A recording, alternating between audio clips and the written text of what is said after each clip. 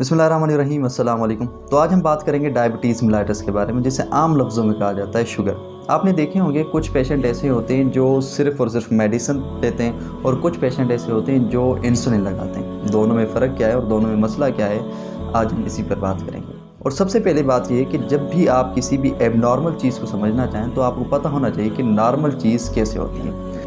देखिए, बात यह है कि शुगर का होना मसला नहीं है, शुगर का बढ़ जाना मसला है और शुगर का कम हो जाना मसला है। क्योंकि शुगर एक बेसिक सोर्स है हमारी एनर्जी की। और सिंपल मैकेनिज़्म कैसे होता है, जब भी आप खाना खाते हैं तो खाने के अंदर बेसिकली होते हैं न्यूट्रिएंट्स। न्यूट्रिएंट्स से मुराद कार्बोहाइड्रेट, लिपिड, प्रोटीन, विटामिन्स और मिनरल्स। हम सबको बोल जाते हैं, सिर्फ एक हम न्यूट्रिएंट लेते हैं, कार्बोहाइड्रेट को।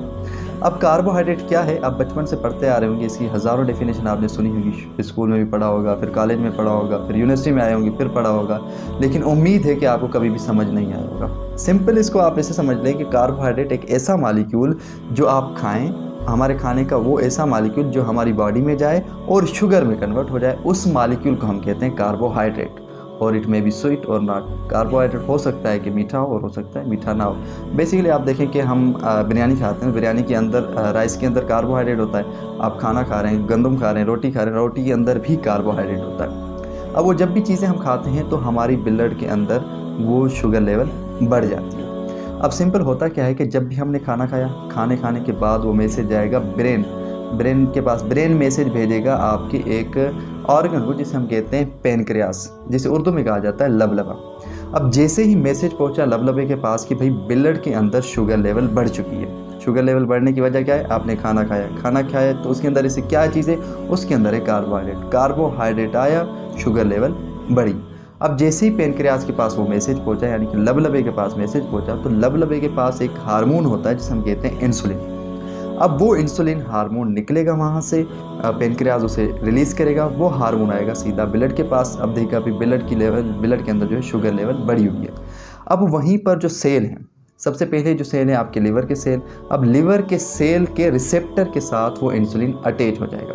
अब समझ लें लिवर का सेल एक रूम है, रूम के अंदर खाली जगह है, और लेकिन रूम जो है वो बंद है और ताला लगा हुआ है। अब वहाँ पर ताला जो है वो काम कर रहा है एक रिसेप्टर की तरह, और इंसुलिन क्या होगा कि उस रिसेप्टर के साथ अटैच होगा। यानी कि इंसुलिन एक चाबी है, ताला है, वो क्या है, रिसेप्टर है। अब जैसे ही ताला अटैच हुआ तो ताला खुल जाता है और रूम खुल जाता है, और जो जितनी भी बढ़ी हुई शुगर है वो चली जाती है रूम के अंदर, यानी कि लिवर के सेल के अंदर। सबसे पहले इसमें कन्वर्ट होगा। अगर लिवर के सेल भर जाते हैं, यानी कि इतनी आपने शुगर बढ़ा ली, इतना आपकी रूटीन ऐसी है कि खाना खाते जा रहे हैं और हद से ज़्यादा बढ़ती जा रही है, तो आपके लिवर के सेल में बढ़ता बढ़ता कंप्लीट हो जाएगा। जब आपके ये लिवर के सेल कंप्लीट हो जाते हैं, फिर आपकी शुगर कन्वर्ट होना शुरू हो जाती है आपके मसल के सेल। मैकेनिज़्म वही होता है, आप समझ लें कि लिवर का सेल हो चाहे मसल का सेल हो, वो एक रूम है, रूम को लगा हुआ है ताला। अब ताला क्या है, रिसेप्टर है। इंसुलिन क्या है, चाबी है। इंसुलिन ताले के साथ, रिसेप्टर के साथ अटैच होगी, ताला खुलेगा और जगह बन जाएगी और शुगर चली जाएगी अंदर। नॉर्मल मैकेनिज़्म होगा ऐसे, और काम चलता रहेगा। लेकिन कभी कभार ऐसा होता है कि आपकी रूटीन ऐसी है, पेनक्रियास या तो हेरिडिटी की वजह से या तो पेनक्रियास पर इतना लोड आ चुका है कि उसकी लिमिट ख़त्म हो चुकी है कि वो काम नहीं कर सकता। मिसाल के तौर पर हर चीज़ की एक लिमिट होती है। एक मज़दूर कब तक काम करेगा, 10 घंटे, 20 घंटे, ज़्यादा से ज़्यादा एक दिन 24 घंटे कर लेगा, उसकी एक लिमिट के बाद वो थक जाएगा। इसी तरीके से अगर पेनक्रियास पर ज़्यादा ओवरलोडेड है और पेनक्रियास कमज़ोर हो जाता है और वो इंसुलिन नहीं बनाता। अब क्या हुआ कि आपने खाना खाया, लेकिन आपके मसला कहाँ आ गया, पेनक्रियास के अंदर। पेनक्रियास के सेल के अंदर मसला है और वो इंसुलिन नहीं बना रहा। तो और आप जैसे खाना खाते जाएंगे, आपकी ब्लड के अंदर शुगर की लेवल बढ़ती जाएगी, और आपको पता चल जाएगा कि अब क्या जो है उस पेशेंट को हो गई है डायबिटीज़ मिलाइटिस। अब ये होता है यही मसला कि भाई जब भी मसला किसके अंदर आ गया, इंसुलिन, यानी कि इंसुलिन की लेवल कम हो गई। इंसुलिन की लेवल क्यों कम हुई, क्योंकि भाई पेनक्रियाज इंसुलिन नहीं बना रहा।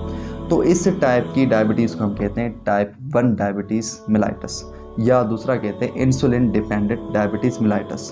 अब इंसुलिन डिपेंडेंट डायबिटीज़ मिलाइटिस क्यों कहते हैं, क्योंकि ये किसकी वजह से हो रही, इंसुलिन की कमी की वजह से, यानी कि इंसुलिन पर डिपेंडेंट है, इंसुलिन नहीं बन रहा, तभी क्या हो गई, डायबिटीज़ मिलाइटिस। जहाँ तक बात ख़त्म। अब इसका जो इलाज है वो यही है कि भाई वो क्या है, मसला इंसुलिन का है, तो ये एक्सटर्नली बाहर से क्या लेंगे, इंसुलिन लेंगे।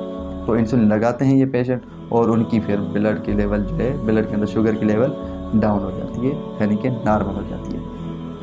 उसके अलावा दूसरे पेशेंट ऐसे होते हैं कि अब यहाँ पर मसला पिछले वाले में क्या था, मसला ये है कि भाई इंसुलिन नहीं बन रही। अब मसला ये होता है कि ऐसे पेशेंट होते हैं जिनके अंदर ब्लड की शुगर लेवल बढ़ी जाती है, जब टेस्ट किया जाता है तो इंसुलिन की लेवल भी बढ़ी होती है। तो मसला किसके अंदर है?